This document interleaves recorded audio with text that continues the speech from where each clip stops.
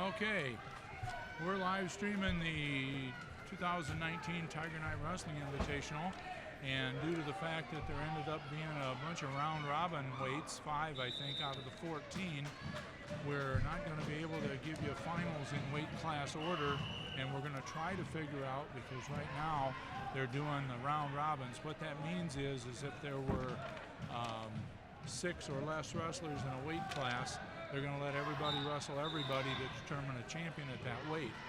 And right now, we're just kind of mixed up doing different weight classes, and we'll try to pick up who's in the championship match, because we can kind of figure out the best records at those weights, and we'll give you an idea in those, and then they're going to come back and do the regular weight classes. So it's going to be a little bit different for you. I had a little intro planned, and we'll see if we can get into that.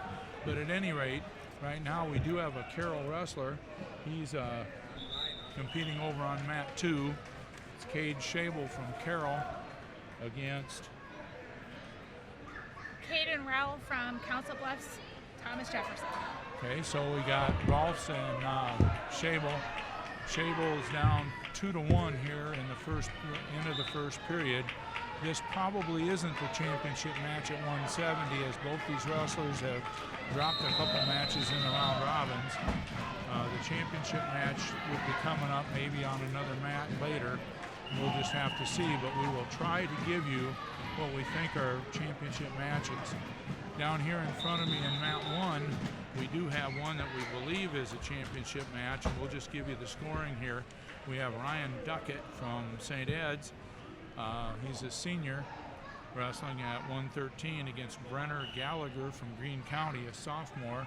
And Duckett is right now up 12-0 on Gallagher. And Duckett, I think, was he the defending champ? He was third at 113 last year. Duckett last year was third at 113, and he's going to win the 113-pound class here, barring a big comeback by Jefferson, or by Greene County, excuse me. So right now, if you can happen to see Shable in there in the background mat, now they're in the foreground mat. Owen Perrin down there running the cameras. He can get me an angle on almost everything except possibly way over on mat number 3, and we might be able to pick that up with the mezzanine camera. But right now, Shable's in a 2-1 battle down, but it looks like the TJ wrestler just locked his hands, so Shable's going to pick up a point.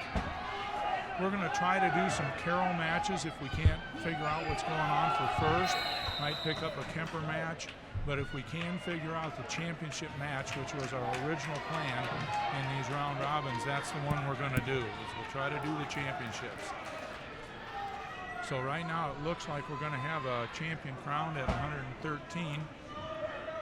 Ryan Duckett, with 20 seconds left, has the commanding 12-0 lead.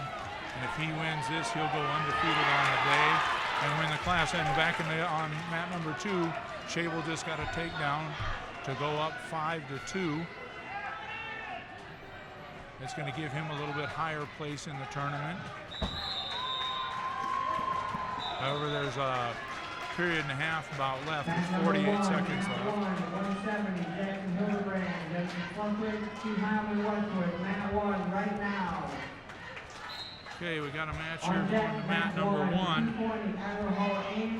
at 170. That's Hildebrand, and that is a championship match, barring anything else happening in the round robin. So we are going to go ahead and do mat number 1, Jackson Hildebrand from Dennis and Schleswig. He'll be wearing the green leg band. He is a freshman. And Steve Heilman from Westwood. Westwood is currently second in the team scoring. Heilman will be red, and right away Hildebrand from Dennison's in on a takedown. He just scored the 2.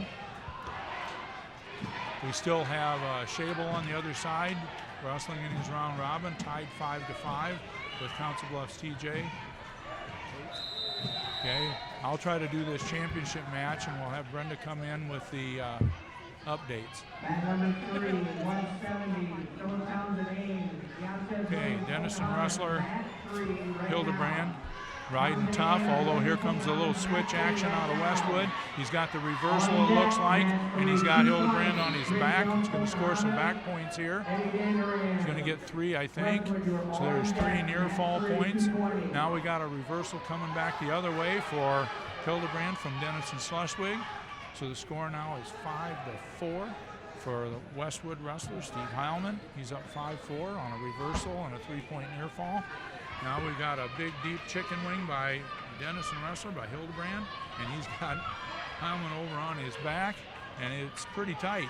He needs to work a little bit more up on the shoulder with his body, but boy, is it tight down there. He's got 40 more seconds in the period. And I think he just ended it with a pin. So it looks like our champion at 170 is going to be Jackson Hildebrand, a freshman from Denison Schleswig. Okay, now we're going to see, since we don't have our Carroll wrestler going on, we'll check the weight class and what's going on here in round robin at 220. That Ames and Manson would be the championship match at 220, and they're not on. So we'll go ahead and talk about Cade Schabel's match.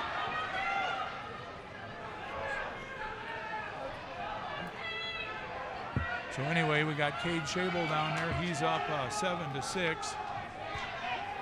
Oh, and we do, I don't know, can we pick that mat up? Yeah, it's right there.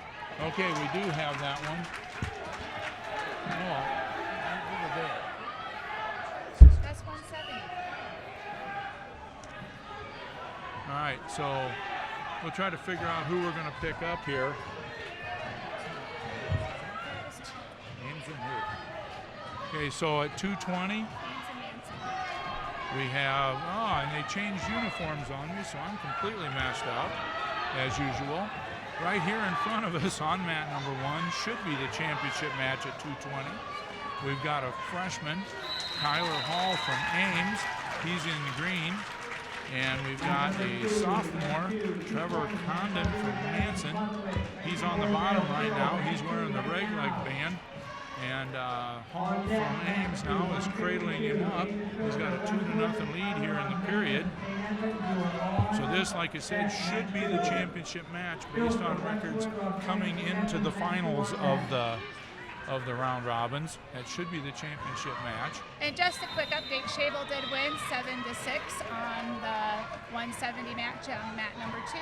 And now we have at 220, we have Tyler Bordenero from Carroll and Max Rodriguez from Denison on mat number 2 at 220. So you should be able to see in the background there, you can see mat number 2 where Bordenero is wrestling. Still down here on the championship match, it's 5-0 on a takedown and a 3-point near fall by Kyler Hall from Ames. Trevor Condon's been on the bottom here most of the period. He's got 25 seconds left. Ames wrestler using a good tight waist and chop to take him down, drop him to the mat. Now he's looking a little crossface. It looks like he's going to try a crossface cradle here. Yeah, that's what he's trying. He's trying to force the knee up to the head so he could lock his hands and take him to his back. Good fight off there by the Manson wrestler, Trevor Condon. He's still going back to that crossface, and now he's got it locked up. He's got him cradled on his back, but time ran out. That was a good tight hold.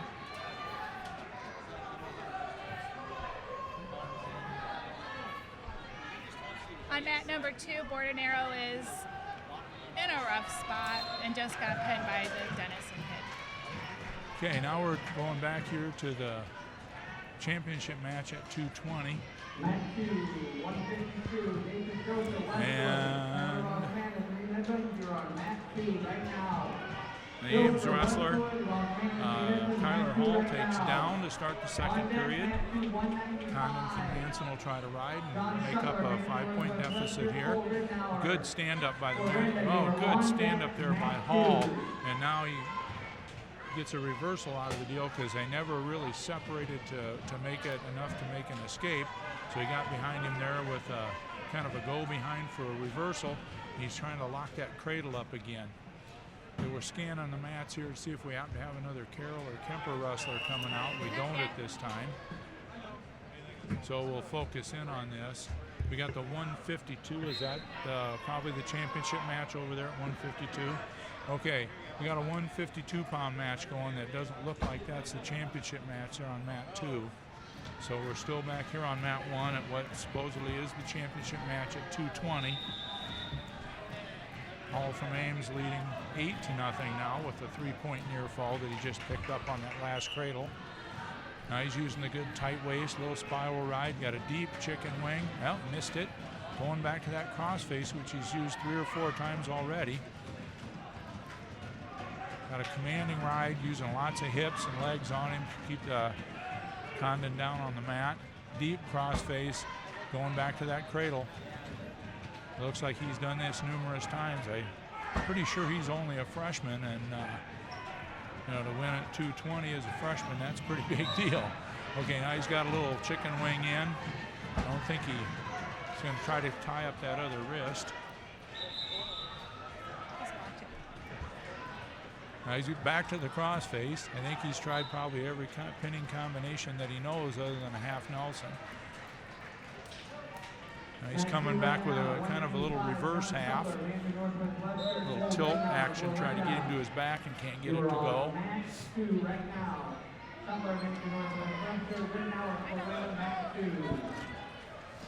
On mat number 2, we think it's going to be the championship match. Well, it's the only match left in the 195 round robin. It's John Shuttler from Manson, who is 2-0 on the day, 16-0 overall. And Cole Rednar from Clarenda. Okay, we got the Ames wrestler just pulled off a pin here. So our champion probably here in the round robin 220 bracket, Kyler Hall, freshman from Ames, with a pin in 3 minutes and 46 seconds, second period. So we got a champion there at 220. Now if we take a look over here at mat number 2,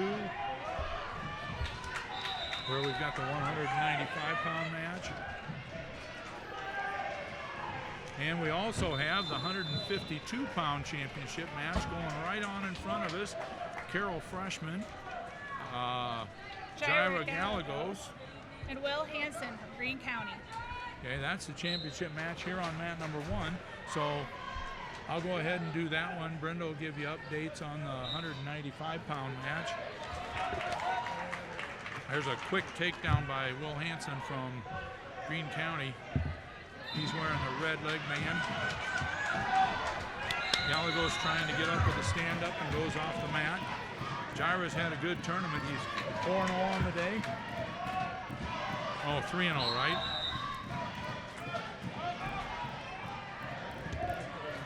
Yeah. So both these guys are undefeated on the day, so this is the championship match at 152. We've got a senior, Will Hansen from Greene County, and a freshman, Jaira Gallegos from Carroll.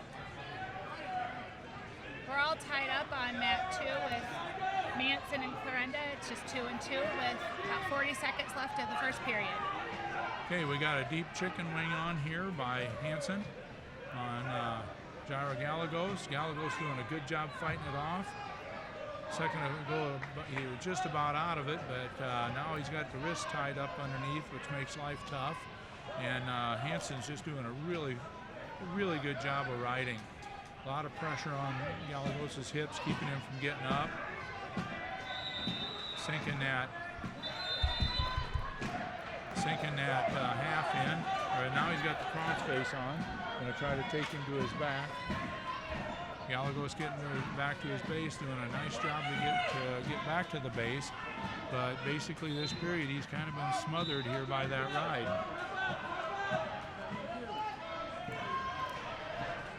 Looks like Gallegos is close. He's got to get his right arm through. Hansen's really high, but he was hanging on to that far arm to keep him from going too far. Gallegos needs to get his hips up and hip into him, try to come out on top, and he does. He gets a reversal with 5 seconds left in the period to tie the match at 2 points. That was an excellent job by Gallegos, scoring there at the end of the period. Now he's got to go to work on top and try to score some points if he can be on top, but he's going to go back down. He just spent about a minute and a half on the bottom. He's got to get out of there right away and not spend a ton of time down there to score on top. Gallegos has been tough on top all year. There's a caution. Hansen started just a hair early. Score here 2-2. Okay, there Galagos got a little running start, so they both have cautions. Cautions don't have to worry about the points on cautions. Still 2-2 over on mat 2. There's a switch by Galagos, countered there by Hansen. Galagos, so coming if he gets his right arm out, he's going to get this reverse. He just got the reversal. He's got to work up now. He's going to try to flip him over to his back before he works up. They're going to go off the mat here pretty good, pretty quick. Galagos with a beautiful switch action and then walked over the legs to finish it. Now we got to see what he's got on top. Right here, 1:40 left in the second period. Jairo Galagos leading 4-2 on 2 reversals. Galagos now with a tight waist and chop on the arm. He's going to try to drive a lot of pressure into Hansen's hips. Doesn't want him moving around though. He lost the hips. Galagos has to take him back to the mat. Does a good job tripping. He needs to drive into his hips here, which he's doing, and walk around the legs. There he goes, he's walking around, he's working up on the body. He's got his hands, I don't think the officials could see that, but might have been hands locked under there. But Galagos right now riding him, sweeping the leg out tough. Got a deep, deep crossface on him here. He's got a little leg tilt on him. He's trying to get him to his back, but he lost it. He's got to reel him back in and take him the other way, and Hansen did a good job scrambling out of that. That was about 1 second from 2 points. Galagos now going to his really nice hammer lock. He's got it in there really deep. I'm not sure where he wants to go with it for sure. He's going to lace it around the far side. The coaches are hollering at him to keep the legs swept out so Hansen can't get back to his base. I think he's going to try to drive through it now. It looks like he's going to lift the head and shoulder. He's got to get his chest back, and he loses his hammer. You can tell he's wrestling a pretty good guy because Hansen's gotten out of a couple of pretty deep chicken wings there. Okay, and the coaches are hollering, keep him down, keep him down. There's only 25 seconds left. You would expect if he can get out of this period ahead 4-2 that Hansen's going to take down in the last period, you would think. Galagos with another great ride, got him chopped down, has that arm tied up really good. Back points here would be really, really big. He's got that deep wing. The referee's checking it to make sure it's legal. Now he's going back to both wrists. He's going to tie both wrists. He's going to go for a half Nelson on one side or the other. And there comes the half, but they're going to run out of time. Okay, Galagos doing a super job moving back and forth and keeping under control behind the hips. That's just absolutely great positioning by Trevor Galagos. And over on mat 2, the Hansen kid, John Shuttler, is possibly pinning the current kid, Cole Redmore. There's about a minute left in the third period. He's up 7-3. And he did. He just pinned the Corenda kid. Okay, you probably saw there in the foreground, you saw Galagos getting taken down. Then he escaped for one, so he's down. And now here's another spin behind takedown. Puts Jairo behind 6-5. Yeah, 6-5 is what's on the scoreboard right now. But I'm not quite convinced that that's correct. Now it's up 6-6. Yeah, 6-5 might be right because it was a reversal. Another shot by Hansen. Galagos getting out of there. Now it scores 6-6 with a minute left in the match. Hansen driving, trying to pull the hips in. He might get this if Galagos can't throw him out of here. And there's, off the mat. And that match would have gone, or that move would have gone to Jairo Galagos had they not gone off the mat. Pretty dangerous move there, but he got him with it. Okay, we got 50 seconds left. Score tied at 6. It looks like Hansen's been the aggressor on the feet, trying to get into Galagos' legs. Galagos being a little better on countering, but one takedown here probably is going to win this one. Galagos tying up with both hands, both guys shoving on each other. Neither guy wants to make a bad shot. Galagos scrambling. He covers the hips. Now he's got him hooked up. A mad scrambling. He's got him on his back. He's got a chance to pin him with this. We could have a freshman winner at 152. We're going to have a freshman winner at 152, whether it's a pin or not. Galagos up 8-6, and he pins him. Holy cow, what a great match. 5 minutes, 46 seconds, and we had a pin by freshman Jairo Galagos. over senior Will Hansen from Greene County. Gallegos undefeated for the day, and in his round robin group is going to be the first place winner at 152. What a great match. Whoa. All right, they're going to clean off the mats, and I'm going to give you a little information here in a minute. We might go to a quick commercial break and then come back, and I'll give you a little more information on what's going on. So we're off.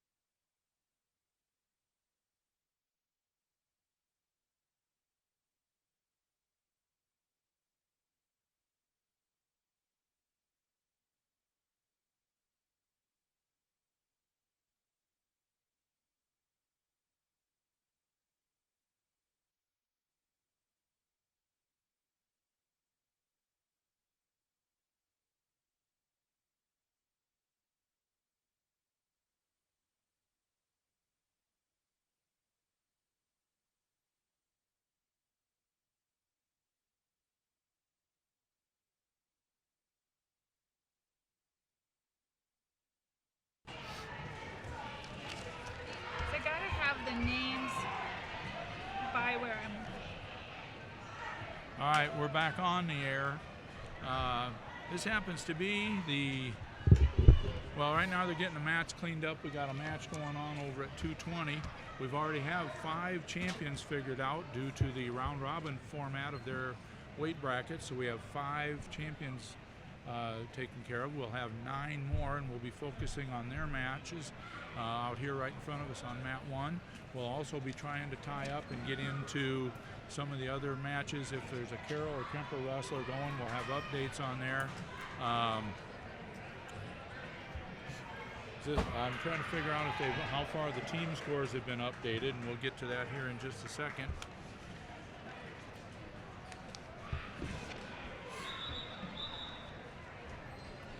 Okay. Please clear mat 2 so they can clean it, please. We can have mat 2 cleared so they can clean it. All right, they're going to be cleaning off the mats here, and while they're doing that, I'm going to give you a little bit of information here. We've got some returning champions here. None of them were in a round robin match, so their weight classes are yet to be determined, but we have returning champion Carson Collins, senior now. He won the weight class at 132 last year, and he's down at 126. Carter Drake, sophomore from Carroll, he won at 120 last year, and he's at 132. Abraham Dirks of Carroll, he's a junior, and he's back at the same weight, 145. He's in the finals. Thomas Malone from Pocahontas, a senior now, was the 152-pound champion. He's back, but he's at 160. Cole Ridenour, junior from Clarinda, is won at 170 last year, and he's at 195. And Gabe Greenlee, a junior from Ames, is now at heavyweight. He was the 220-pound champion last year. So at 1, 2, 3, 4, 5, 6 of the remaining weight classes, we have returning champions in there somewhere. This is the 36th Tiger Night. First Tiger Night was back in 1982, and Missouri Valley was the team champion that year. In the very first Tiger Night back in '82, Carroll Tigers had 3 champions that year. Some of you who are listening may remember these old timers. Todd Hammond won at 119, Bill Pryor at 145, and Chris Toft, who is in the area now, he won at 185. That was his first Tiger Night championship as a sophomore. So with the first Tiger Night, Carroll Tigers had 3 champions and finished second to the aforementioned Missouri Valley. Tigers won their first Tiger Night in 1988. previous 4 years, the Tigers were second 3 times and third, and finally won it in 1988 with 2 champions, Troy Halber at 135 and Steve Weidel at 152. So a couple of facts about the early Tiger Night. Kemper also obviously in the Tiger Night. Their first champion in the Tiger Night was a young man named Bobby Tiefenthaler, and he won in 1986 at super heavyweight. And Kemper in 1999, after a string of second place finishes in 1999, won their first Tiger Night with first places by Tony Schoen at 112, Casey Kopic at 140, and Travis Davis at heavyweight. Couple other quick little things that might interest anybody. They certainly are things that I dug out of the past. There's only been one team other than Carroll and Kemper that's wrestled in every Tiger Night tournament. One team other than Carroll and Kemper that's wrestled in every Tiger Night tournament. And that, not surprisingly enough, is the Denison Schleswig Monarchs. Manson Northwest Webster missed one tournament back in 2008 because the weather was so bad that only 4 teams could get here weather-wise. We've had 2 Tiger Nights canceled completely due to weather, but we did run the one in 2008 with only 4 teams. And there's been a grand total of 23 different teams that have competed in the Tiger Night over the years. So, with that in mind, and we're hoping here that the team scores are completely updated. We'll give you those. They're going to have to clean one more mat before they do some introductions. Team scores. We just refreshed these. We have a tie somewhere.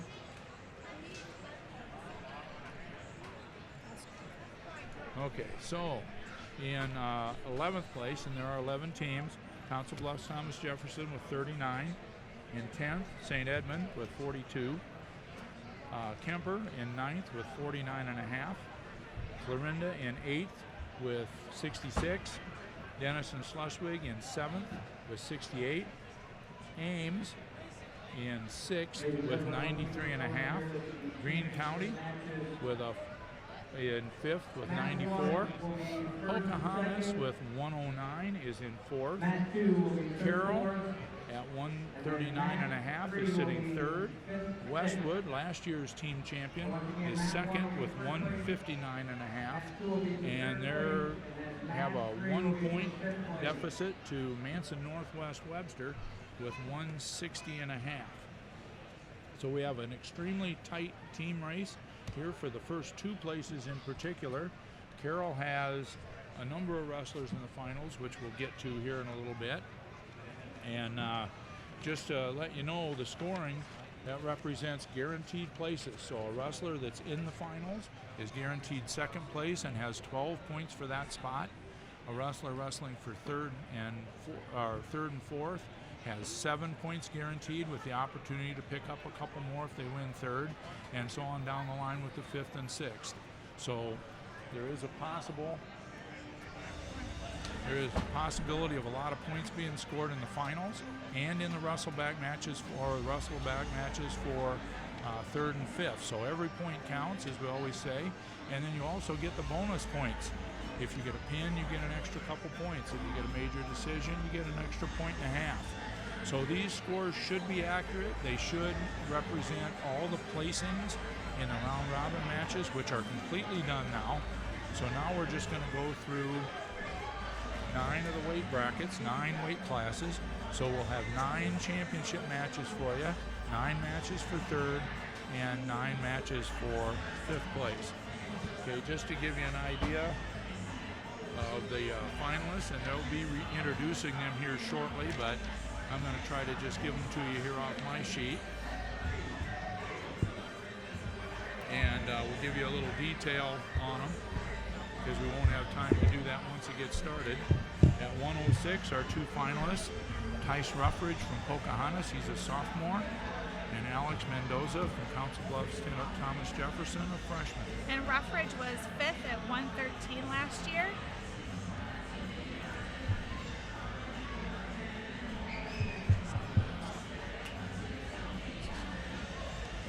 Okay, at 120, Ben Schmitz from Kemper. He's a senior. And he'll be wrestling Nathan Toma from Manson, a junior. And last year he was second at 113. To get to the finals, he pinned Rick Yu from St. Ed's in 1:11, and then pinned Braden Gallagher from Greene County in 1:31. He's wrestling Nathan Toma, who was second at 120 last year. To get to the finals, he pinned Ethan Bose from Council Bluffs Thomas Jefferson in 43 seconds, and then decisioned Dylan Hunter from Westwood 5-1. Okay, and at 126 we have Carson Collins, a senior from Manson, and Carroll's Jackson Kuhlman, a junior. Collins was first last year at 132, and to get to the finals, he pinned Camden Windelow from Ames in 1:11, and pinned Chance McCullum from Greene County in 56 seconds. Coleman was able to major decision Michael Mayer from Clarinda 15-6, and then he pinned Jaden Lehman from Westwood in 3 minutes and 55 seconds, and he was fourth last year at 113. At 132 we have another wrestler from Carroll who won a weight class last year, 120, Carter Drake, sophomore, and Daniel Toma from Manson, a senior. Drake was first at 120 last year, and to get to the finals, he pinned Matthew Foster from Council Bluffs in 2 minutes and 55 seconds, and technical fall Cale Downey from Clarinda 20-5 in 4 minutes and 21 seconds. Daniel Toma from Manson was second at 138, and to get to the finals, he pinned McCade Owens from Greene County and Derek Hilbert from Westwood in 4 minutes and 25 seconds. Yeah, 138 we have another finalist from Kemper, Shea Parkus, sophomore, and he'll be wrestling Ian Conan from Manson, a freshman. Parkus was second last year at 126, and to get to the finals, he pinned Kane Reed from St. Ed's in 39 seconds, and decisioned Brady Stuffer from Greene County 6-2. Ian Cohen from Manson pinned Caden Lindsay from Clarinda in 1:56, and had a major decision over Hunter Hanner from Westwood 13-5. Okay, at 145, which was a really loaded weight class this year, Abraham Dirks from Carroll, the defending champion, junior, will be wrestling Chris Kruger, a sophomore from Manson. And Dirks was, as Dad said, the first place at 145 last year. He's the only defending champion at the same weight this year. To get to the finals, he pinned Malik Johnson from Ames in 1:32, and Brady Brown from Westwood in 1:25. Chris Kruger from Manson pinned Jordan from Clarinda in 55 seconds, and also then technical fall Nathan Black from Greene County 15-0. And Kruger was second at 152 last year. All right, I don't know if they're gonna do any intros or not. They might just go right into it here. And if they do, we'll just pick up what's going on when they do. On mat 1, right in front of us here, will be the championship matches. And the matches for third will be directly across from that on mat 2. And the matches for fifth will be in the corner. We'll give you updates on these matches. It looks like instead of doing some intros, they're going to go right into it. So at 106, first place match should be Tice Ruffridge, sophomore from Pocahontas. He should be in the red leg band. 120 pounders, be ready. And Alex Mendoza from Council Bluffs Thomas Jefferson, a freshman. Now let's see. All right, so we do not have a Carroll wrestler on the mat right now, or Kemper wrestler, I don't think. So we'll just go ahead here with what we got. There's a quick takedown shot by Ruffridge from Pocahontas in deep. Takes Council Bluffs Thomas Jefferson, Mendoza down right away. Got a good deep ride on. Mendoza trying to get his hips out from underneath him. Ruffridge tying up the wrists underneath. Got that far wrist tied up. He's going to try to tilt him over. Got the leg hooked. Let's see what his signature move from here is. Looks like he's going to a little chicken wing action. You see that with the right arm? That's called a chicken wing. Probably going to try to pick up the left wrist and then sit and drive him over his shoulder, drive him over his left shoulder to his back. And that's what he's trying. Now he looks like he might be wanting to go the other way.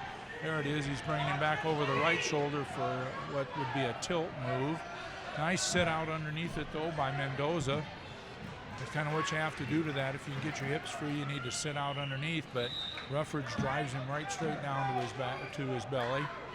Now he's got the wrist and he's going to make a big sit around the leg and turn him. So he's got him on his back right now. This is Ruffridge on top picking up near fall points. And Ruffridge is down a weight this year. Last year again he was 5th at 113. To get to the finals, he had to bye first round and pinned Ethan Egley from Manson in 1:19. Okay, there's a near fall, 3-point near fall. Now he's taking him back over because it's a different pinning combination. It looks like he picked up at least 2, but he's got him. I think this is going to go. This is pretty solid. This could easily be a fall here, although Mendoza's fighting it off. He's got to have a shoulder about an inch up maybe. Ruffridge trying to sit down on that shoulder and get it down. Now he's got to back off and readjust. He's going to pick up at least a 3-point near fall. There's only 5 seconds left in the period. And that makes it 8. No, he pinned him. Oh, no, he pinned him right at the 5-second mark. So our champion here, Tice Ruffridge from Pocahontas with a pin over Alex Mendoza from Council Bluffs Thomas Jefferson with 5 seconds left in the first period. Okay, now we're skipping over 113 to 120 because 113's championship's already been decided in a round robin. And here we see our first Kemper wrestler in the final, Ben Schmitz from Kemper and Nathan Toma from Manson. Schmitz will be wearing the red leg band, and Toma, he's in the gold uniform, and Toma in the white and blue will be green on the scoreboard. And Schmitz from Kemper again was 2nd at 113 last year, and Toma was 2nd at 120. Schmitz has always been very aggressive. We'll see what he does. Real physical, 120-pounder.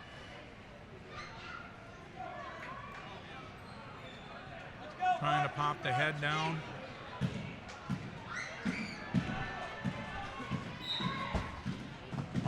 Still popping and working. Schmitz working him backwards toward the back edge of the mat. There's a deep shot into a single. He's a little bit out of it there. Didn't quite get under the arm there of the Manson wrestler. Manson doing a good job of countering there with the one arm.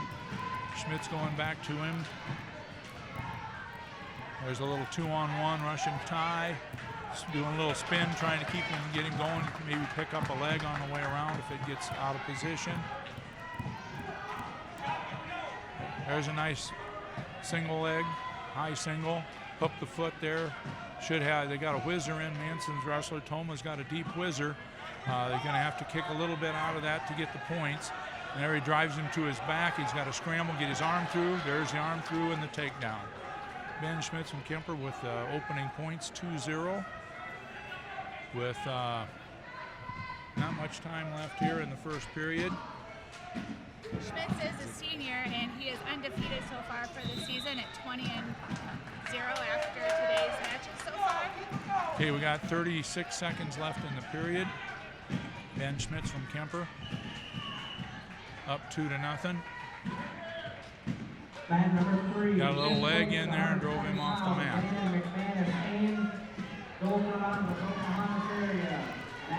Okay, so we start back down with Toma being down. Schmitz trying to ride him out for the last 25 seconds.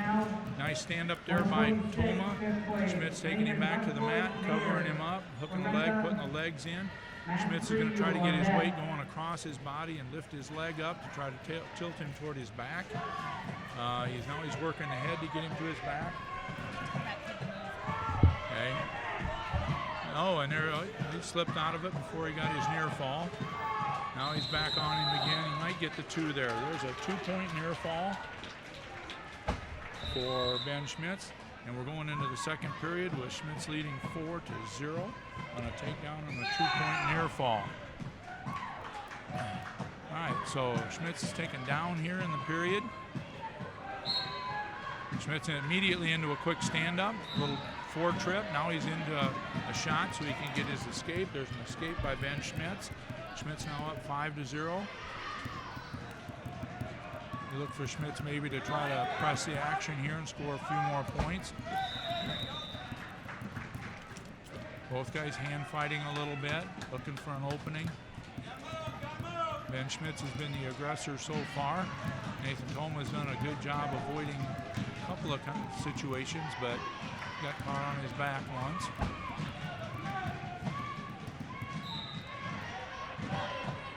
They still have the score at 4-0 on the scoreboard, but pretty sure it's got to be 5 because there was an escape in there. There's a shot by Thoma, and he's in deep on the legs. All he's got to do is cut through, and he'll get it, but Schmitz is fighting it off. Schmitz getting his hips up and got his leg out. Now locking around the leg and trying to get back behind him, and Ben Schmitz scrambles out of it to get a takedown on an almost sure thing by Thoma from Manson. So Schmitz now leading 7-0 on that takedown.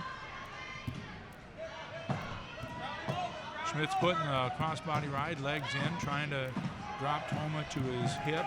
He's trying to elevate the hip. When he elevates the hip, he's going to come back and work his head or his arm and try to get his shoulders turned a little bit. Not having a lot of success with that. It looks like he's trying to go to that far arm and do a little combination legs and maybe a hammer lock or legs, and that was different. Got the legs and a head lever on. I don't know if he can get him over with that. So he's still got the crossbody ride on. He's going for that far arm. He's trying to bring that far arm up around his head. He wants to go to a move called the guillotine, but Thoma knows it's coming and he doesn't want to be in it. And there's the end of the second period with Schmitz up 7-0. And Thoma from Manson taking neutral. So here we go into the second period. Again, we do not have a Carroll or other Kemper wrestler on the mat at this time. When we get one, and we do have some wrestlers from Carroll going for 3rd and 5th, we'll be giving you updates on those matches. Mat 2, 120 for 3rd place. So we got a little hand fighting. Schmitz in on a takedown, not real deep, but he's going to cut the corner. He's going to try to keep his head in there and dump him. He's going to try to go up and over with one of those legs and kind of come out the back door. There's a little dump, but he's got to get his arms up, and there's the takedown. As soon as he raised his arms up to the waist of Thoma, he had control. Now Schmitz back in a good tight waist ride. He's got Thoma bottled up on the bottom for most of the match, and he's continuing to do so. 9-0. Thoma now getting ridden with a good tight waist. Now out of the tight waist. He's covering up a little bit. It looks like Schmitz is throwing back to those legs. He wants to pick up that far arm really bad and try to lift it and take it over his own head is what he's trying to do. But like I say, and it's getting close, but the referee's watching this one close for potentially dangerous. There it is over the head, and he's going to call that.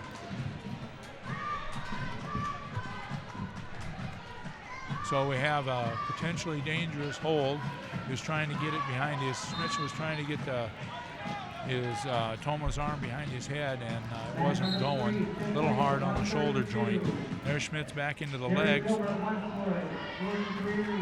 Schmitz flattening him out again, going for that same move. Thomas has been in the legs a while because he knows exactly what's coming. He's doing the best he can to avoid it. Okay, here comes a little tilt action by Schmitz. He's going to, Thoma reached around the head for a second, kind of a dangerous move. Time ticking down here with 5 seconds left in the match, and it sure looks like Ben Schmitz here is going to pull it out with a major decision, 9-0. As I mentioned earlier, Ben Schmitz had 12 placement points. He picks up 4 more for his first place to go to 16, and then 1 more point for that major decision. Mat 1, 1st place, 126. Collins, Carroll. And now we have Carson Collins He'll be in the red leg band from Manson, and Jackson Kuhlman, who defeated a really fine wrestler in the semis from Carroll in his first Tiger Night final. Last year, just as a reminder, Collins from Manson was first at 132, so he's down a weight this year. And Jackson Kuhlman from Carroll was fourth at 113, so he's up a couple weights this year.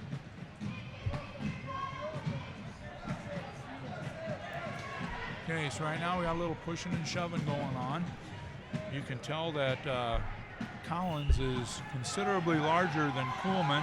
Kuhlman, though, in on a leg. He's going to come out and try to thread the back. Collins hanging on to the ankles to try to stay out of it. Kuhlman going to try to dump that, bring that leg up and get his hips through. Now he's going to step over the leg. He's going to be really close to a takedown here. If he steps over that leg, he's got to step completely over the leg, and the referee might score this. I'm not sure why he hasn't. Yeah, there it is. There's a 2-point takedown on a nice scramble by Jackson Kuhlman.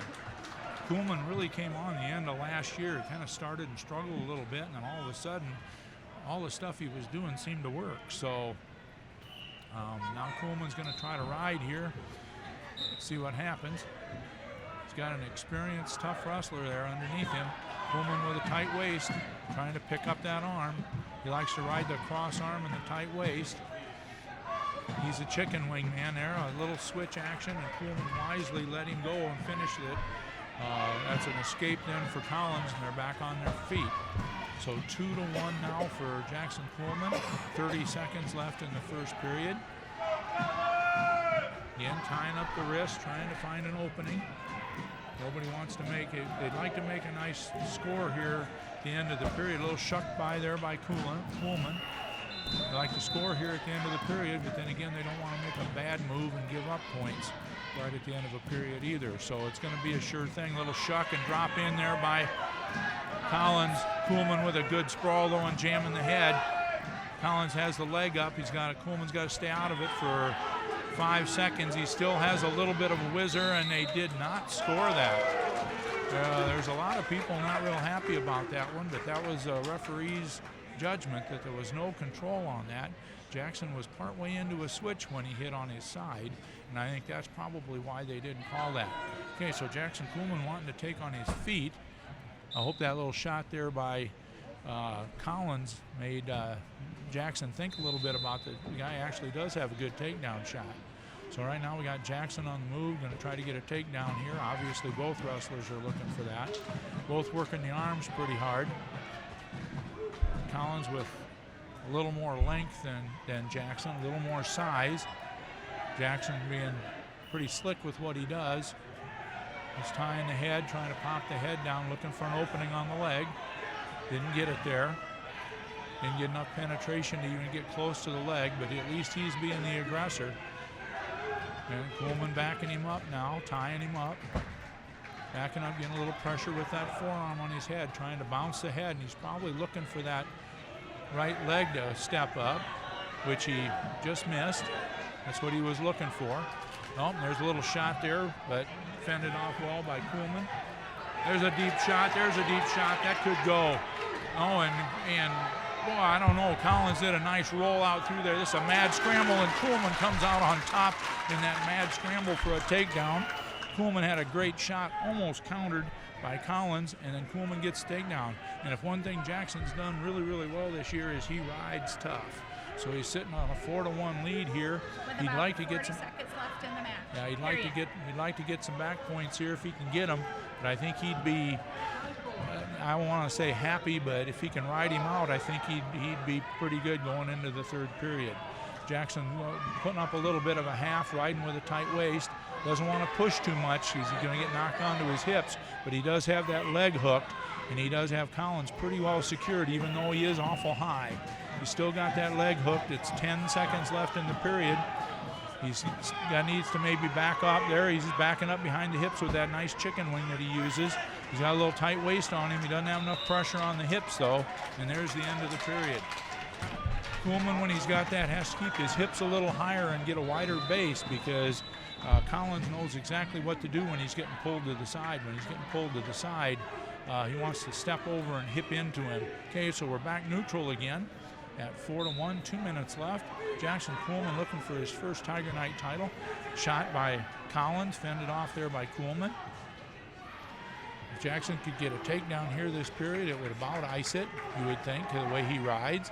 But you never know, because if you saw that scramble a little bit earlier, anybody could have ended up with the points, and anybody could have ended up on their back out of that mess.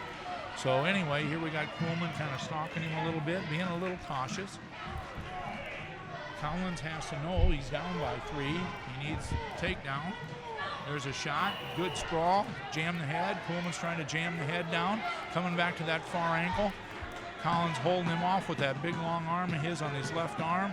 Kuhlman trying to get around, blocking the hip so Collins can't penetrate any further.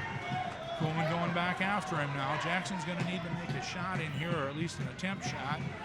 We don't want to see him get called for stalling here with a minute left, although it probably wouldn't hurt him. Another deep sprawl here, shot. Driving the head, he's got the ankle. Jackson Kuhlman's going to score with this. He's going to score with this. I don't see any way he's not. Well, maybe I do now, because he lost the leg, but now he's stepping over. Collins still has his arm up around Kuhlman's leg. Kuhlman's working to get behind him. He's working hard to get behind him. He's around his waist. The referee's got to score this here pretty quick. There's still an arm involved here. Collins has his arm between Kuhlman's legs and his, but Jackson's still sprawling, and he spins around behind him for the takedown. And that, unless Jackson makes a very uncharacteristic mistake, is going to give Carroll 2 titles in a row at the Tiger Night, because we've already won 132 with.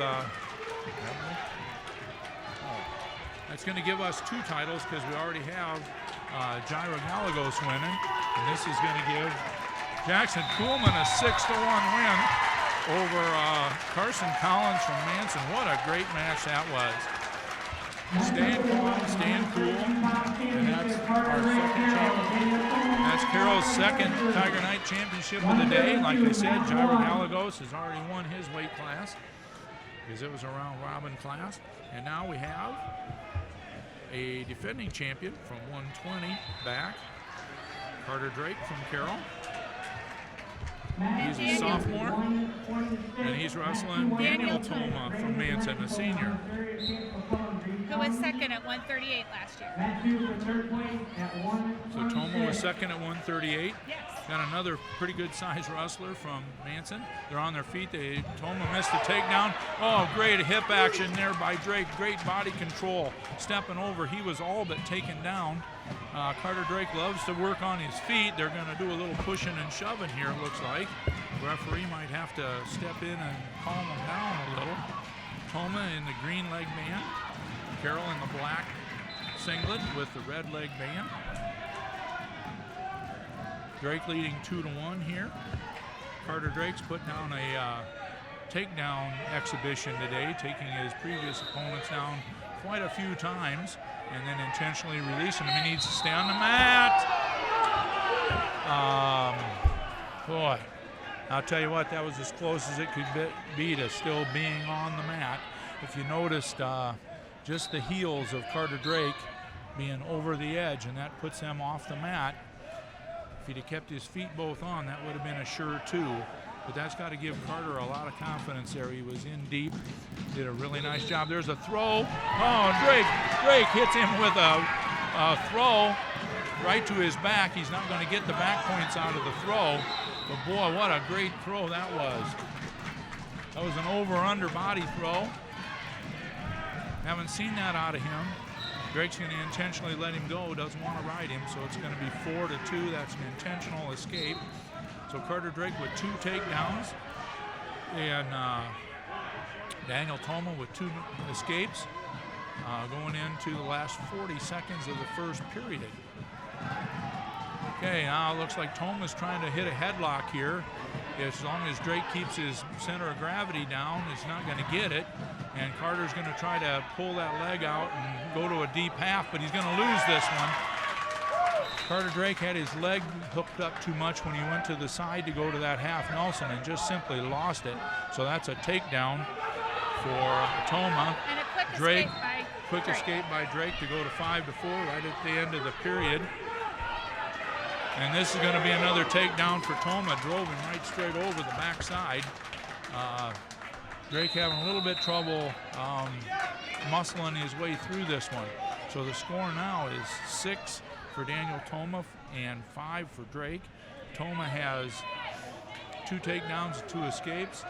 Drake with 2 takedowns and 1 escape. So it's 6-5, and they're going to go on their feet again. I think maybe that little pickup and that throw that Carter Drake did might have woke Daniel Toma up a little bit. Drake working in there trying to tie the arms. Now he's in on a deep low single. Toma with a whizzer on trying to counter. He's got to come up and get that. He's got to stay on the mat. He's got to get that leg higher. He's got to keep his wrestler on the mat. He's got to get the leg higher. Try to trip him without going off the mat. Toma countering with the whizzer, and there's a takedown right there. And he can't get him any back points because they're going to go off the mat, but that was a nice takedown there. As soon as he stepped over the legs, that was 2 points. So now that puts Carter Drake up 7-6. And I don't know if he's going to try to ride him. He looks like he's going to try to ride him for a minute 20 or a while anyway. He's been letting him go intentionally. There's a pickup and a drop. Oh, and they can't call that.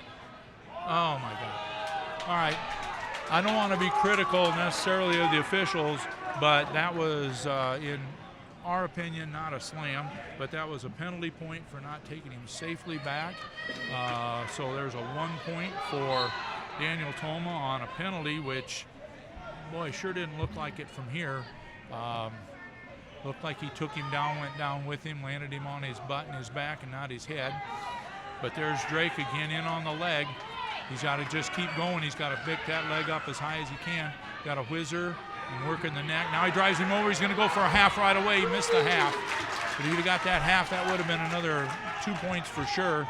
Now it's 9-8 for Carter Drake going into the last 47 seconds. It's 9-8 for Drake on a takedown.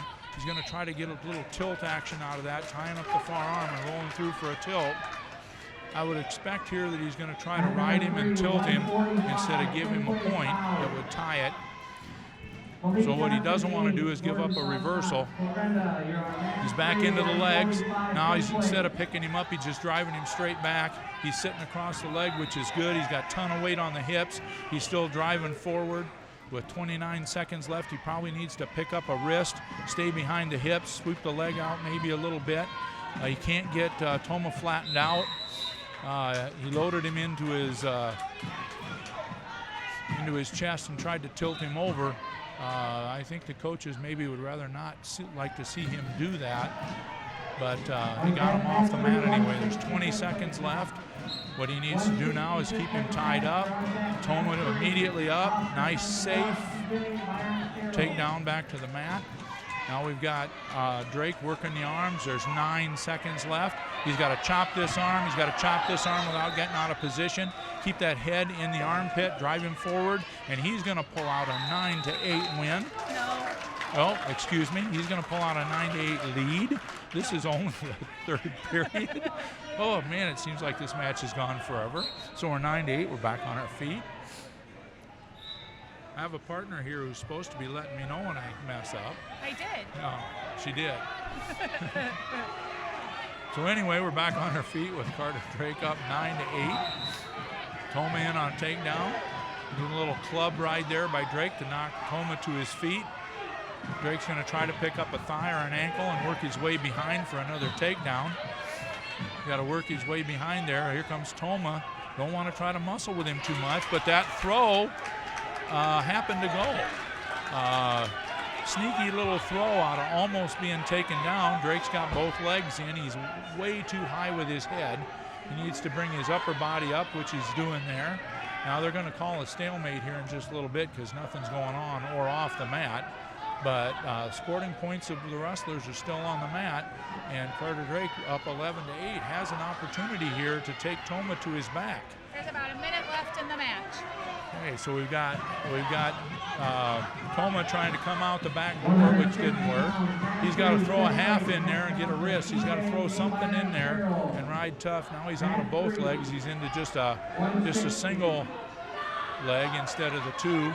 He's got to come across the head and raise his hips. Now he's getting a tilt there. It's going to be a two-pointer. Stay on those legs. He's got 35 seconds left in the match, and he just picked up 2 more, so it's 11 to 8. 13 to 8. Oops, 13 to 8. See, I told you I'll tell you when you screw up. All right, so now he's riding the wrist, and unless he flips over on his own back, he's going to take this match. And I was going to be right just a period early. So we got Carter Drake now with a good tight waist. He's got a deep waist on him. It's over there. Carter Drake get a tight waist on. He's holding on to the arm there, tying that up, riding it. And Carroll picks up their 3rd champion of the night. Carter Drake, just a sophomore, winning his 2nd Tiger night at now at 132 up from 120. Okay, we've got a Carroll wrestler going for 5th at 160. And he just got taken down. We'll give you some updates on that if we can. That is us, isn't it? Okay, so now we got Shea Parkus from Kemper. He'll be in the gold uniform and the red leg band against another Manson wrestler, Ian Conan, freshman. And Parkus was 2nd last year at 126. Okay, we've got a Carroll wrestler going for 5th. He's on his back over there. That'd be Nate Byring. Oh, Nate Byring, he's on his back, but it looks like he's getting off. But we'll focus here on the final match.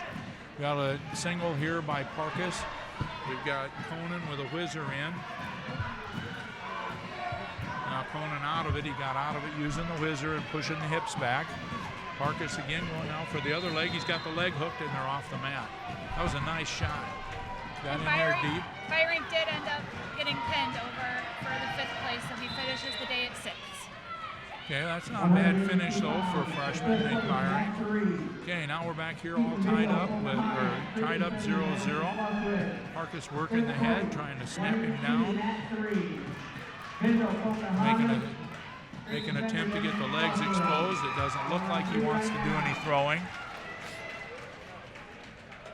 285, 5th place, be ready, match 3. All right, there's a little sprawl action, working the face there, a little trying to get a cross face. Parkus stopping the penetration of Conan on that takedown shot. Parkus would like to get in there, but looks like on that little single that he had, he's tried both legs. Missed the one on a great counter, and the other, there he is on a little low single. He's got the leg hooked. He's working around the backside and comes out the back door there. Looking for a cradle. No, now going back to the wrist in half. But it's 2-point lead now, 2-0 for Shea Parkus from Kemper. Parkus looks like he's, I can't tell where his right arm is. Nope, he's going to hook the leg and stay back. He's trying to get to the wrists and get those wrists pulled in, flatten Conan out before he goes for a pinning combination. Okay, period about over, 5 seconds left. You can see the towel person out there getting ready to alert the official. A little tripod there by Conan, but he runs out of time. Okay, so Parkus defers. Normally the other wrestler, if he's behind, will take down. Conan takes down to start the 2nd period. Parkus on a ride. Parkus with immediate chop in the arm, a little tight waist, sitting a little bit high yet to get him down. He's got a spiral ride on. That's what that's called when you come down under the leg. Trying to twist his opponent down to the mat, down to his left hip. Conan doing a good job of getting into a tripod here. Trying to peel the hand off his neck so he can get out of there. Parkus keeping him stretched out really good so he can't come up. Parkus sweeping the leg again. You can see sweeping with his right leg, keeping the other guy's leg way out there so he can't get up and use any leverage. Still has it swept, driving forward into the hip.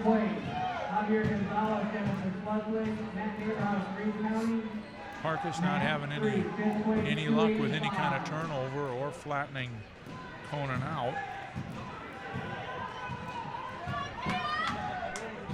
Although Conan's having no luck whatsoever. Okay, we got stalling. All right, we got a stalling call, and you can understand that. A calling stall on Shea Parkus. He's been sitting on that wrist quite a while with that leg hooked. And the referee just felt that he wasn't working toward breaking him down or getting a pinning combination. So if you're riding like that and it doesn't look like you're trying to improve your position too much, you can get called for stalling. Okay, so we got Parkus now on top. Still has that leg hooked in the back, but he lost it there. Trying to stretch Conan out. Now coming back, he puts the legs in. This crossbody ride. It looks like I can't tell if he wants the leg and the arm. That's also unusual. Usually it's the leg or the arm, but he's got the far leg and the arm tied up. The coaches want him to crank him on back onto his hips, but Conan flattens out, so he can't get pulled to his hip. There's just a lot of body weight to pull off your hips. And the period's going to end, so we have a slim 2-0 lead for Shea Parkus from Kemper, sophomore from Kemper. Mat 2 at 132, we have a repeat of a first-round match. Hayden Stout from Kemper and Cale Downey from Clarinda wrestling for third. Clarinda is currently up 6-0, and he also did win the first match 10-0 over Hayden Stout. So we have two Kemper wrestlers on the mat right now. We're wrestling clear over at 285 heavyweight now for fifth. So we're moving to the end of just about everything but the thirds and the finals. Okay, Kemper on the bottom trying to get out, get his escape. Parkus into a stand-up right away. Got a really wide stance, he's just not moving enough. Conan hanging on.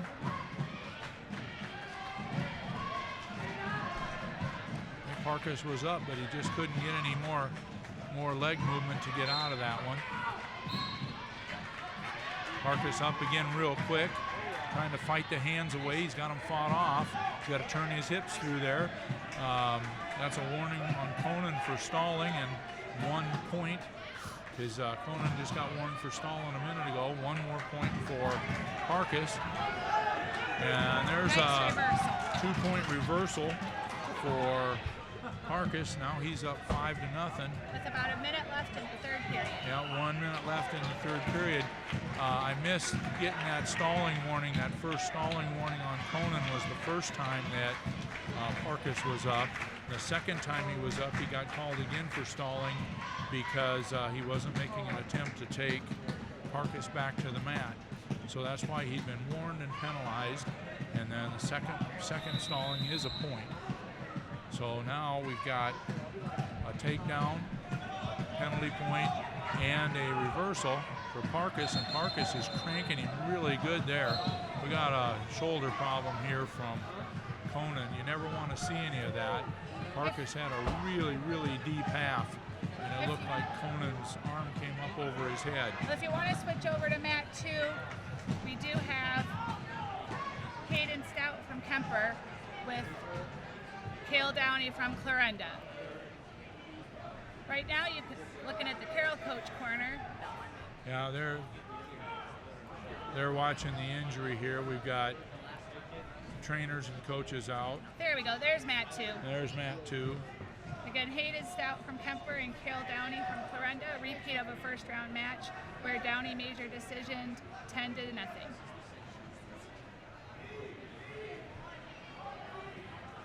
And okay. There was an escape by Stout, making it 14-1 with about a minute left in the match. And this is for third at 132. Okay, now you can see in the foreground, you see that Conan is up and around now. His shoulder took a little beating there, but he seems to be able to finish the match. He's down 5-0. With about 30 seconds left in the match.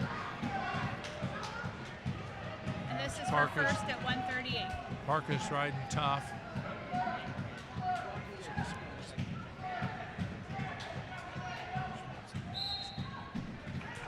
Okay, anyhow, looks like he's just going to ride him out here for the 15 seconds, although he's working hard up on top, trying to keep that half in there. He's got a wrist and half. He's just not be able to turn him over here probably with 5 seconds left, although he gave it a shot. And he's still cranking that arm. And the match ends with Shea Parkus winning a championship at 138. Kemper 5-0. That's Kemper's second champion of the day. Ben Schmidt and Shea Parkus. So Kemper has 2 champions. Carroll has 3. And Carroll is going for their 4th win right now. This is Abe Dirks, the defending champion at 145. Wrestling Chris Kruger from Manson, a sophomore. Is he a sophomore? Who? Manson? I don't know. We're checking. He's a really big sophomore. But anyway. Yes, he's a sophomore and he is undefeated on the season so far. Oh, and he has not lost a match yet this year. He was second last year at 152. Yeah, he's down from 152 last year, so he's going to be a formidable opponent for Abe Dirks. Hayden Stout from Kemper ended up finishing 4th at, I think that was 132. 14-1 if I remember right.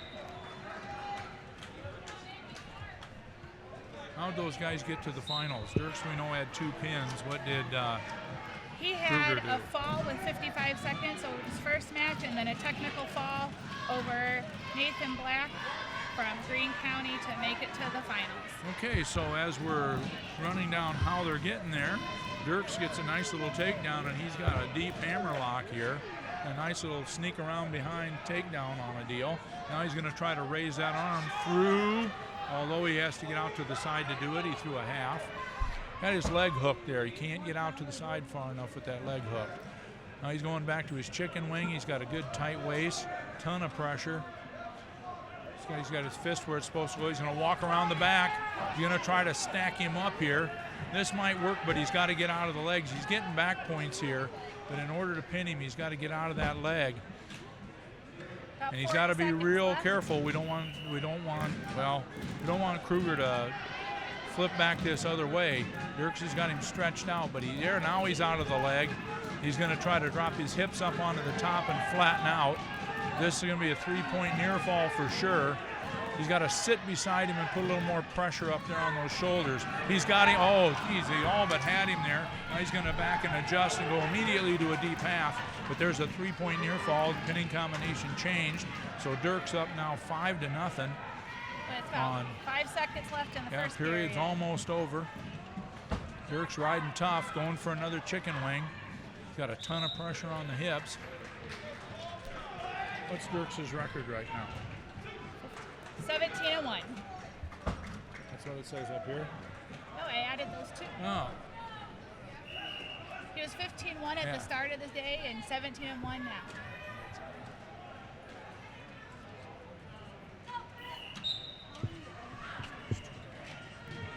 To get to the finals, he pinned Malik Johnson from Ames with a fall at 132 and also pinned Brady Brown from West in 1:25. Okay, anyway, we got Dirks on the bottom now. We got a long, tall rider, Chris Kruger from Manson, sophomore, stretching Dirks out. Dirks isn't going to get out of position here. He's going to work and try to work his way back up so he can get his hips underneath him. There he's got his hips. He's got a little tripod. He's into a sit-out. Can't get it because the arm through there. Now he's going to try to work Kruger to get higher and higher. He's going to try to get him up high, pull him up off the shoulders, but Kruger throws a leg in. He throws both legs in. Dirks flattened out onto his belly. Let's see what happens.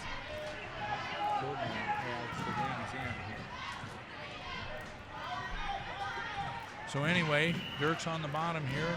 Kruger trying to put a half on. There's a minute left in the period. Dirks again keeping a good base. Trying to get up, so he's keeping the referee off of him. He's not doing any stalling.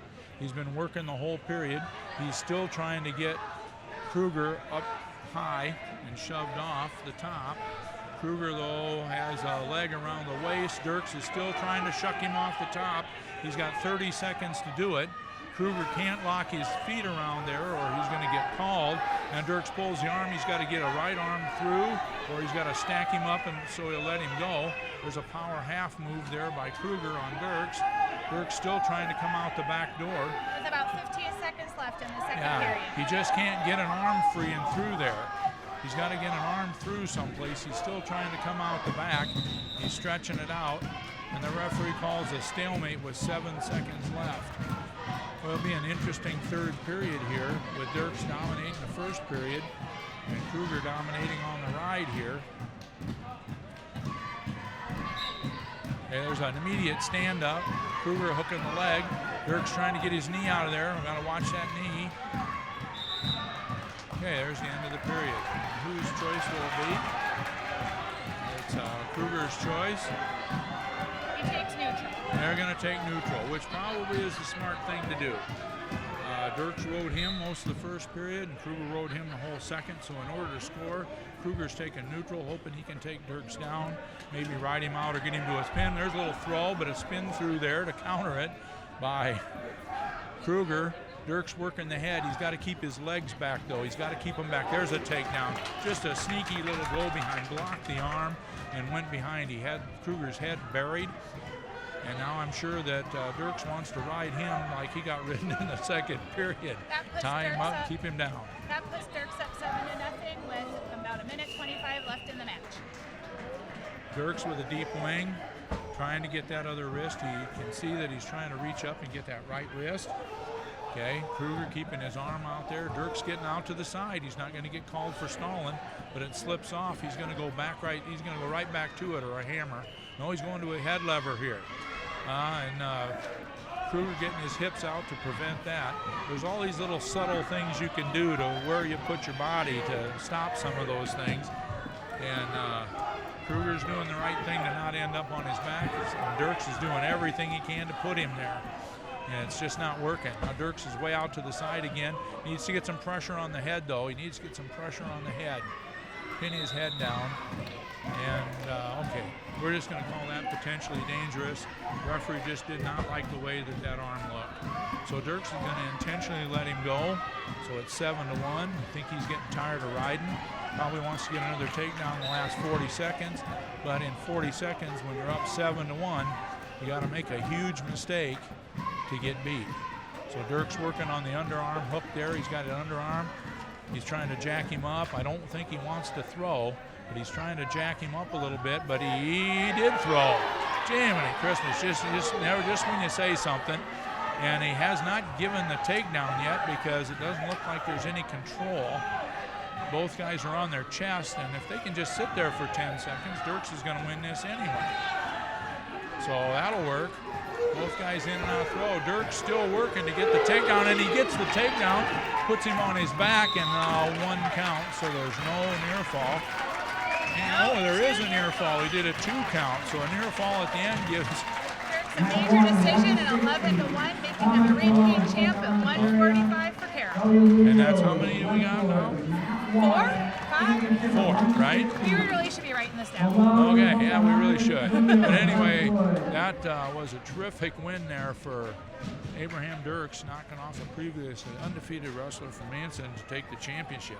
All right, so we're skipping 152, which was a round-robin match that Jairo Gallegos won. He won his championship there. And we're going right to 160, which is Thomas Malone from Pocahontas. He's in the red. And Braulio Munoz from Westwood. He's wearing the blue uniform and the green leg band. Malone for Pocahontas was first last year at 152. To get to the finals, he had a decision over Nate Byrink of Carroll, 5-3, and pinned Brady Berkheimer from Ames in 1:24. Munoz from West was second last year at 160.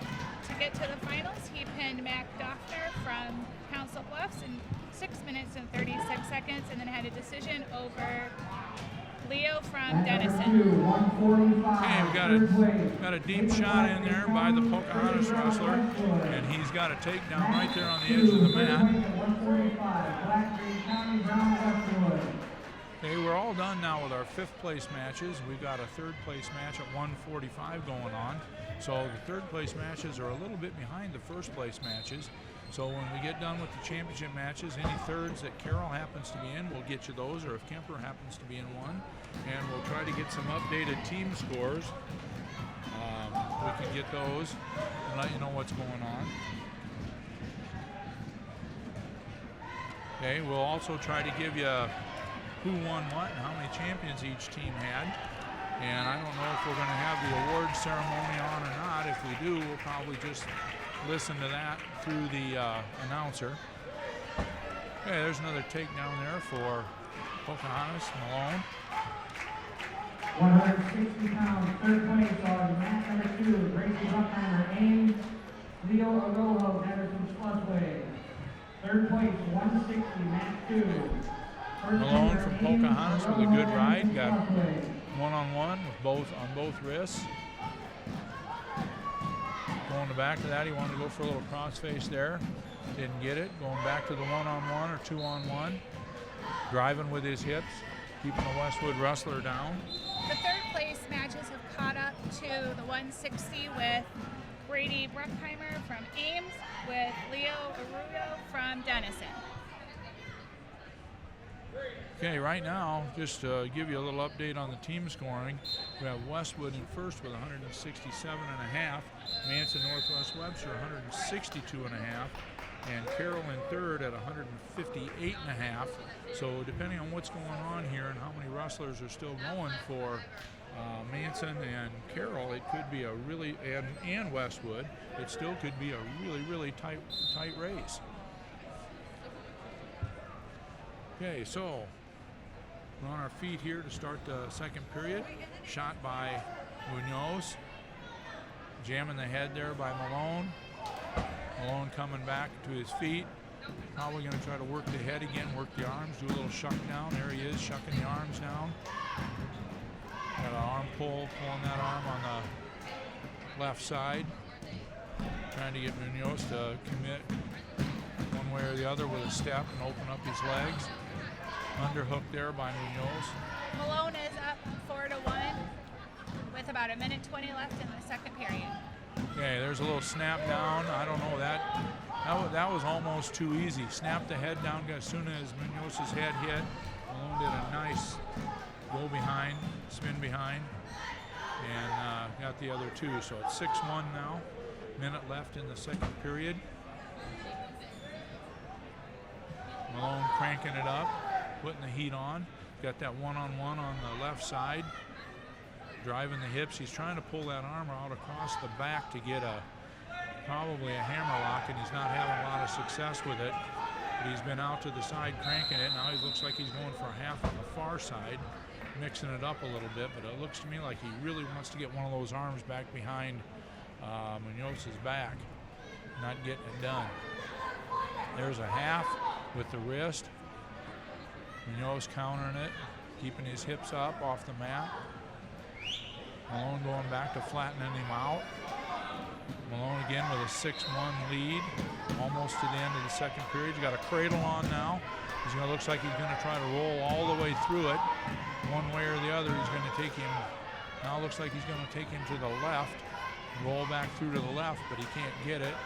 Munoz's base is too wide for him to be able to get on it. Okay, and we got a choice here by Malone from Pocahontas. He's going to take down. He's up 6-1 going into the third period. Okay, and he's up quick, running, and he's got his one. Fought the hands, had a 5-second escape there. He's working on the arms and hands. Again, trying to put Munoz, probably trying to get him to commit with a step one way or the other.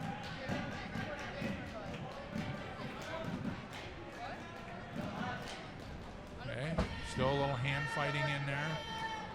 Munoz needs to be aggressive here. He can't win it without making a couple of shots. He's going to need a takedown and back points to win it. Malone would probably like to score a couple more points here. Ice the match for sure. Although 7-1's pretty safe. Pawed the head down. This time it wasn't quite as easy. Can't get behind him, but he's jamming the head really hard. Going for a cradle there on the feet, just missed it. Okay, he can be safe. He's got a minute left. Probably got the match secured.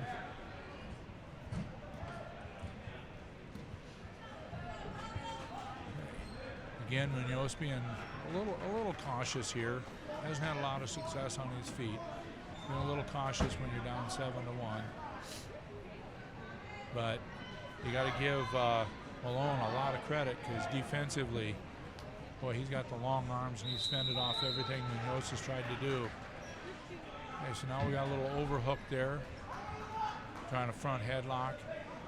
Got 25 seconds left in the match. Okay. Again, we got a little shaking and bacon going on. 15 seconds left. Tie up and some pushing around again. And I think they're probably going to be satisfied with 7-1, which a championship is a championship. And they're done. So we have Thomas Malone from Pocahontas with a 7-1 decision, taking the championship at 160. At 170, we've already had a champion crown. Jackson Hildebrand from Denison Schleswig, freshman in a round-robin bracket, took that round-robin bracket, and now we have another Carroll wrestler going for a championship.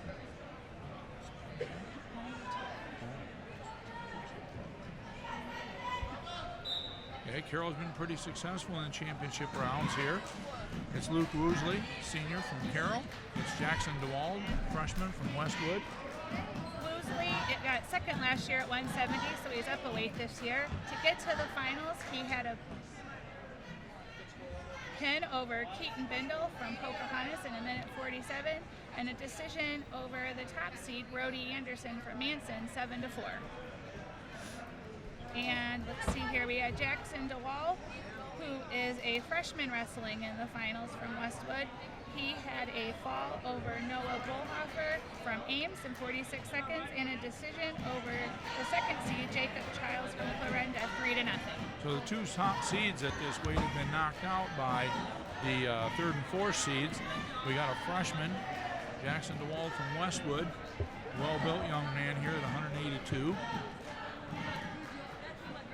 Both guys right now just kind of feeling each other out, trying to figure out what they want to do. About a minute left in the first period. Woosley trying an underhook there that didn't go. Now trying a little maybe tap to the knee. Didn't get anywhere with that. A little shot there by Woosley. I don't know if they want to be in this throw position or not. I know Luke likes to throw a little bit, but Jackson DeWald seems like a really well-built freshman at 182, and maybe might not be susceptible to a throw. So anyway, it's 30 seconds left in the period. What do we got? Oh, both guys kind of get locking up their fingers. So the referee called that. Letting that go now kind of as a stalemate.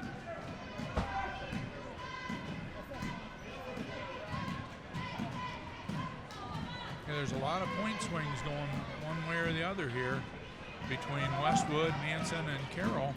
There's only about a 9-point difference between the teams, only 5 between first and second, and Carroll's only 4 out of third here, so, or out of second, I mean. So anything could happen here. We've got a Manson wrestler on wrestling for third at 182. We've got a Westwood wrestler wrestling for first against a Carroll wrestler. So all three teams that are in it for the top 3 places have a wrestler on the mat right now. Manson could pick up at least 5 extra points here with a pin. Carroll could pick up 4 or 6, as could Westwood. Okay, so we're down on the mat, starting through the second period. A little roll through there, sprawl by Woosley. A lot of scrambling there on the edge of the mat. DeWald still hanging on to Woosley's hands. He's got to work back, get the hands off the leg there. And over on mat 2 for third, Manson. No. Yeah. Yeah, Manson, sorry about that. Brody Anderson just had a fall in about a minute 28 over Jacob Childs from Clarinda for third. All right, so Woosley just gave up an escape there on the edge of the mat on that mad scramble that we saw. He's got to go to work on his feet. He's down 1-0 with a minute left in the second period. There he's in deep. He's in deep. He's in deep on the crotch. He's got to trip him. Boy, a nice counter there by DeWald, but kind of looked like everybody was trying to get off the mat on that one. Okay, so this is going to be a little tricky because we have our final match for third at heavyweight on mat 2, which is Carter Vanami from Carroll and Jacob Leonard from West. So with Carroll, yes, for third. Our final match for third. So we have 2 Carroll wrestlers. You can see them both, it looks like on the screen, same teams. So this could help determine those final 3 place winners for the team score. Yeah, it could. This could easily make the difference. All right, so now we got a stalling call on Luke. I don't know why for sure, but the Westwood wrestler had him kind of locked up and backed him off the mat. Woosley chasing him now, trying to bring him down, snap his head, and get into a leg. Kind of looks like both matches are in the same position, and Vanami and Leonard are both trying to, looks like maybe possibly throw each other. We'll see what happens. Okay, we're back on our feet over here with 14 seconds left in the period. Oh. We got Woosley still on the attack, but some really good counter action and some really good pressure by DeWald from Westwood, keeping him off him. I'm assuming here that Luke will take down. He struggled a little bit from down, but he's got some really good moves from down. If he can get an escape, you know he's going to be in pretty good shape. So if he can get an escape, then it might go into that other period and be okay. All right. Over for DeWald third. Trying to ride him. Carter's in on a leg and maybe, oh, lost it. Okay, Woosley still trying to get out. DeWald riding tough with a good tight waist. I think Woosley would like to get himself into a little scramble position and get his hips up and maybe try to get a reversal out of this. 1:45 left in the match. Woosley down 1-0. Over on mat 2, Vanami just scored a takedown, making it 2-0 with about 4 seconds left in the first period. Woosley trying to knock DeWald to his hip and then scramble over him, but he can't keep his hips high enough. There's a lot of pressure there by DeWald trying to keep Luke's hips down. When you're in those scramble positions, whoever gets their hips up first usually wins it. Okay, so now DeWald's got kind of a double vine on. It's not much of one. Woosley's hanging on to the leg. DeWald trying to get a tilt out of the deal. Woosley trying to get the foot off of his hip so he can scramble out of there. And we're going to call that potentially dangerous. Start of the second period on mat 2, Westwood picked neutral, so they're going to try to see if that throw's going to work this period. All right, so now we got Woosley in a scramble here. He's to his feet. He's got to break the hands. If he can break the hands, he's going to get out of there. DeWald trying to take him back to the mat. Woosley scrambling into a sit-out position.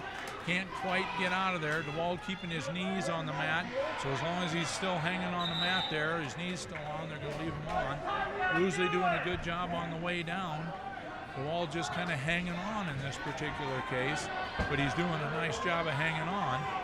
Woosley has about 45 seconds left in the third period. Woosley into a sit-out again, scrambling back into him. He's got to scramble some more. He's got to get on, and he's out. So it's 1-1 here. Next points probably win this match. Woosley in, Woosley going for it. Now he's got him body locked, but DeWald's got his head where it needs to be. That body lock will not go if DeWald's head doesn't pop up on Woosley's shoulder. Both of them are locked in about the same position. Woosley a little better shape. There's 10 seconds left in the match. Fireman's carry shot by DeWald. He is not going to get it. Woosley's going to scramble. Woosley's going to score the 2. He didn't score it. He didn't score it. Woosley trying to throw. He's going to miss that 2, and the time's going to run out. And they're going to be on their feet. Both guys throwing each other. This will be the first overtime match of the day. And we got an overtime. We got 1 minute period. First points here wins. And Vanami is up 4-0 with about 40 seconds left in the second period. First points here wins, and the way that ended, that third period ended, it could go obviously either way. Both guys trying to throw each other from here to the next county. Woosley trying to get something. Vanami's got the Westwood wrestler on his back. And it's over. Vanami pinned him in. That's 5 more team points for Carroll on that pin at heavyweight. That's big, big, big, big. And now we got Woosley going for the takedown here. And our third place matches have been completed. Okay, we're gonna refresh the team scores here.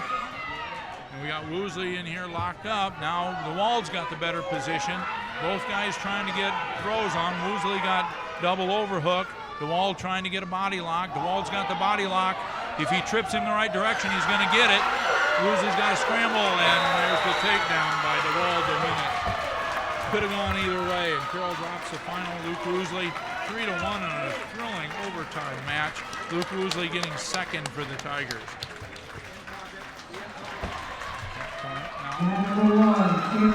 Okay. So now we're moving into the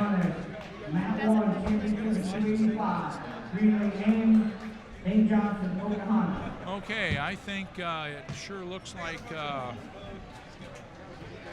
all three teams that were in it for first, second, and third, it sure looks like they're done wrestling. So we're at our 285-pound match. 195 was a round robin. 220 was a round robin. So right now we have Gabe Greenlee from Ames, Russell and Dane Johnson from Pocahontas. Greenlee in with a takedown right away. He's in the camouflage uniform with the green leg band, and Pocahontas obviously in red with the red leg band. Greenlee with a takedown right away. Greenlee was first last year at 220 to get to the finals. He pinned Alex Grody from Kemper in 228 and Carter Vanami from Carroll in 38 seconds. Dane Johnson had a fall over Raymond Simmons from Council Bluffs and a fall over Jacob Leonard from Westwood in 4:39. All right, so we got the heavyweight match going on here, 2-1 for Greenlee from Ames. Greenlee would be the favorite here. He's not a big heavyweight, but he's pretty quick. And like I say, had one at 220, got a lot of height.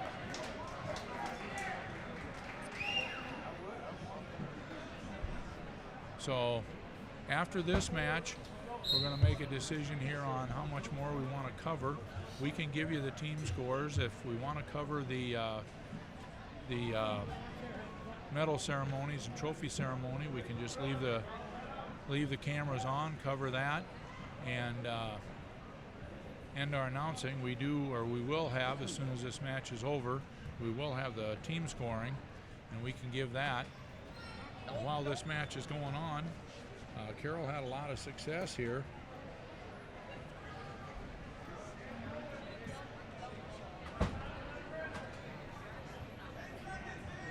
All right, so we'll give a little rundown of what Carroll and Kemper did, and we'll do the team scores, and then we can do that.